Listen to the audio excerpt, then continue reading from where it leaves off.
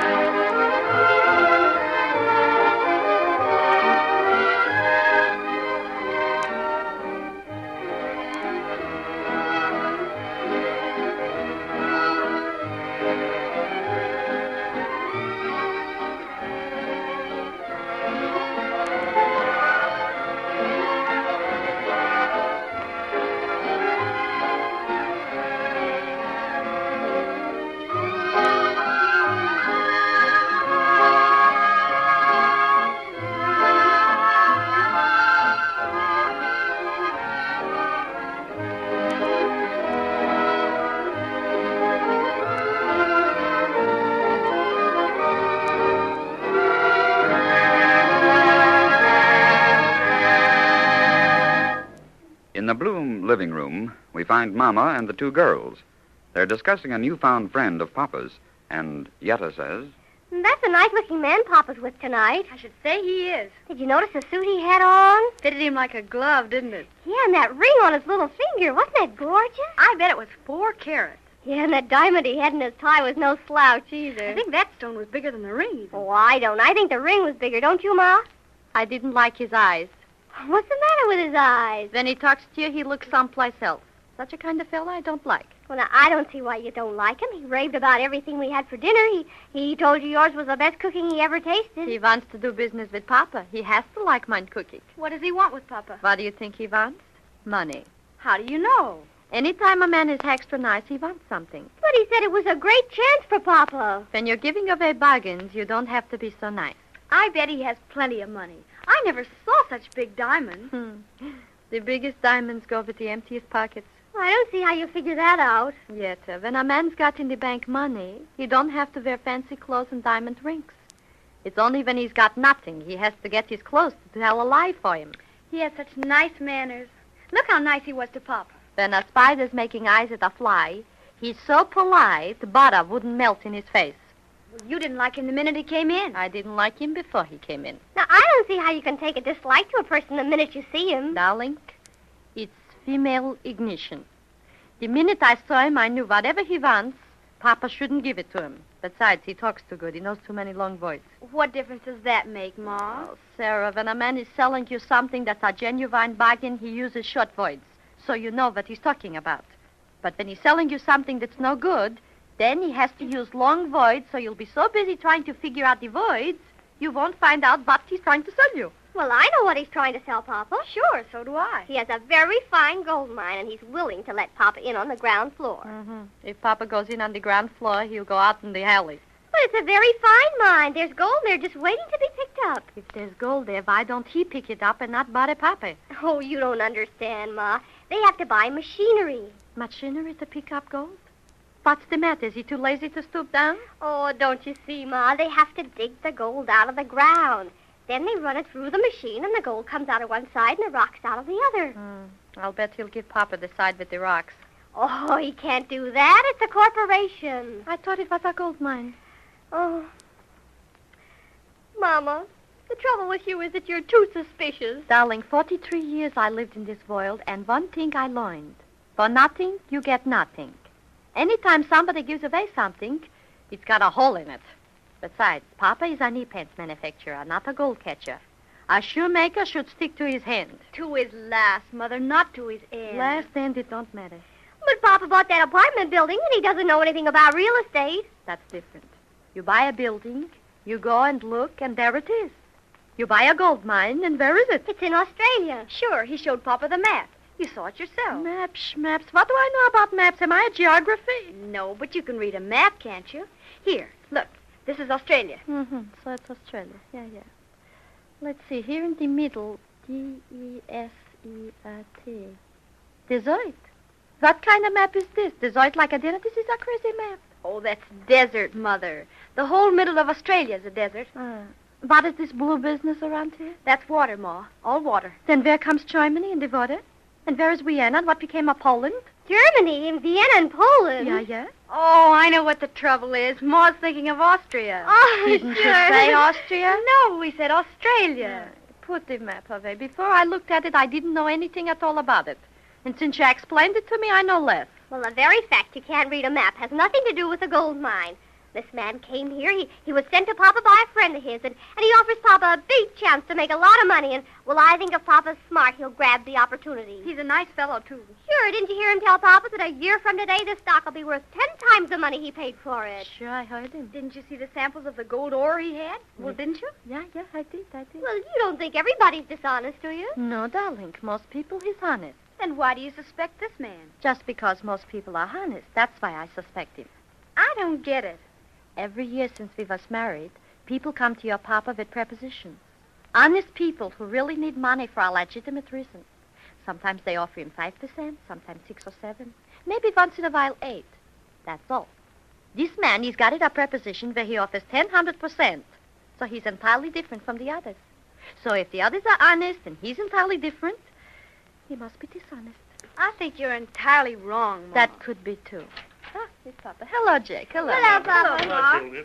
The hell did he come back yet? No, but he'll be here. How do you know he'll be here? Say, for $10,000, you can make 2 visits. That's more than a doctor gets, even a specialist. But what has he got to do with He's doctors? the same as a doctor. He's a surgeon. Oh, you mean a surgeon. I thought a surgeon was a fellow in the army like a general, only lower. That's a sergeant. Surgeon's the correct word, Ma. Well, how can you compare him to a surgeon? He's even higher priced than a surgeon. A surgeon takes off your tonsils, he gets $200. This man takes off your pocketbook, he gets $10,000. Mommy, you're talking and you know nothing. What do you know about gold mines? Nothing, darling. I wouldn't know a gold mine if it was growing right in my backyard. You see, you know nothing about it. Say, if you told me all you know about it, Jake, I'd still know nothing. Joe Manischewitz is buying, and is he a fool? Well, I'm asking you, is he a fool? About Joe Manischewitz, I know nothing. If he wants to give away his money, it wouldn't take one noodle out of my soup. But if you give away your money, it's a white horse of another color. Mama, 16 years I've been in the knee pants business, and I'm still a poor man. I've worked like a dog all day long. Don't I? Yeah, you do, Jake. You're a hard worker. You bet your life I worked from morning to night. I'm planning and scheming, and still I don't get rich. Now comes a chance for me to make a lot of money, and what are you doing? Don't tell me. I'll answer. You're discouraging me. Jake, listen. 16 years you've been in our business. A good business. You worked hard. You bet your life. You know the business, don't you? I should say I do. All right, then. If in 16 years with hard work and a good reputation, you can't become rich in our business you know, how can you suddenly become rich in a business you don't know? But, Mama, look how much gold is used. I know, even teeth is full of it. It's a better business than knee pants. Then why does anybody go in the knee pants business? Why doesn't everybody be a gold miner? But everybody can't be a gold miner. All right, then somebody has to make knee pants, ain't it? Of course. All right, then you make knee pants. Oh, there's no use talking, Pa. You know how Ma is when she makes up her mind. She doesn't understand this, that's all. If you had listened to the man, Mama, when he was explaining, you would understand perfectly that you can't help but make money. Jake, I didn't like his eyes. You didn't like... What kind of a reason is that? You didn't like his eyes. Sue me. I didn't like his eyes. What kind of eyes must a gold miner got? Is it a special brand? Jake, there's no use talking. Look, am I trying to do you a hoit? No. Then as a favor personal to me, please don't buy from him gold stuff. But why not? I'm asking you, don't buy it. Becky, if you would only listen to the man. P.J. Morton, a big oil man, he bought it. And Lee Foreman, the big broker, he bought it. And Joe Manischewitz and Henry Kane, the biggest banker in St. Louis, bought thousands of dollars worth. And if it's good enough for them, why shouldn't I invest my money? Don't buy. He showed me a letter from the mayor of one of the biggest towns in Australia, where it says that he has seen this gold mine and he thinks it's the best mine in the entire country. You know this mayor? How do I know? Of course I don't. How do you know he wrote the letter then? Oh, but, Mama, he wouldn't do a thing like Why that. not? For $10,000, I'd write letters till my knuckles hurt. Mama, you know what? You're suspicious. For $10,000, I can be a little suspicious. That's no use talking. The man is coming back in a minute, and when he comes back, I'm buying from him the gold mine stock. Do me one favor, Jake. Will you please? What do you want now? Let me talk to him. What are you going to ask him? I don't know. I'll ask him questions. And then you'll know what. For 5 minutes, I want to talk to him. What can it hurt? What can I do good? I've already made up my mind, Mama. I'm going to buy it. Then you'll sure to let me talk, eh? All right. If it'll make you any happier, talk. But I tell you right now, no matter what you say, I'm going to buy. Let me talk for 5 minutes, Jake, and I'll promise you that after I talk with him, if you still want to buy, you'll buy. Here he is now. I'll answer the door. Before you answer, Jake, promise You're me. driving me crazy. Promise me. All right. Let him in. Yes, just a minute. Step right in, Mr. Sterling. Step right in. Mr. Sterling, my wife would like to ask you something. Well, I'm always glad to oblige the ladies. How do you do, Mrs. Blue? How do you do, Mr. Sterling? Take a seat. Thank you. Now, if there's anything I can explain to you, I'll be very happy to do it. You're a gold miner yourself, Mr. Sterling? Oh, yes, of course. Your hands look awful soft for a miner. Oh, my dear Mrs. Bloom, I'm not exactly a miner in the sense of the word. Oh, well, what sense of the word are you a miner? Well, I've always looked after the financial end, etc. Etc.? Etc. in a gold mine? Well, I mean, and so forth. Oh, then you're not really a practical miner. I mean, you didn't dig this gold actual. And you yourself, personal, couldn't tell if in this hole is more gold underneath, eh? I see what you're driving at, Mrs. Bloom, and a very good point you brought up, too. What you mean is I would hardly be competent to make a reliable survey of what the future of this mine will be. Yeah, I think like that would have to come from a hex boy. Very well put, Mrs. Bloom. Here is the letter from the expert. Now look it over. This firm is unquestionably the best in its line, and you see what they say about the mine, and you know how conservative these experts are. For my husband, I wouldn't bother you, Mr. Sterling. He's going to buy.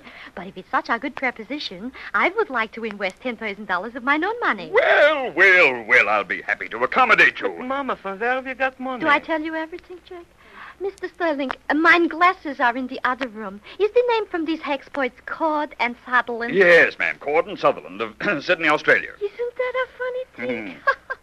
Mine cousin, Sarah Lefkovich, works by them. You mean she works for them? Sure. Ain't it lucky? Look, I'm going to send her a cable and ask her exactly what to do. It ain't for mine husband, Mr. Sterling. It's for me. And I'll tell her exactly how hard you're working to raise money for this mine. She's an awful nice girl. Her brother is our big police detective there. I'm afraid I have to rush away. I've an appointment. Oh, yeah, but you leave your address so we can call you the minute the cable comes back. I'm leaving town in the morning. I'll get in touch with you later. Goodbye. Goodbye.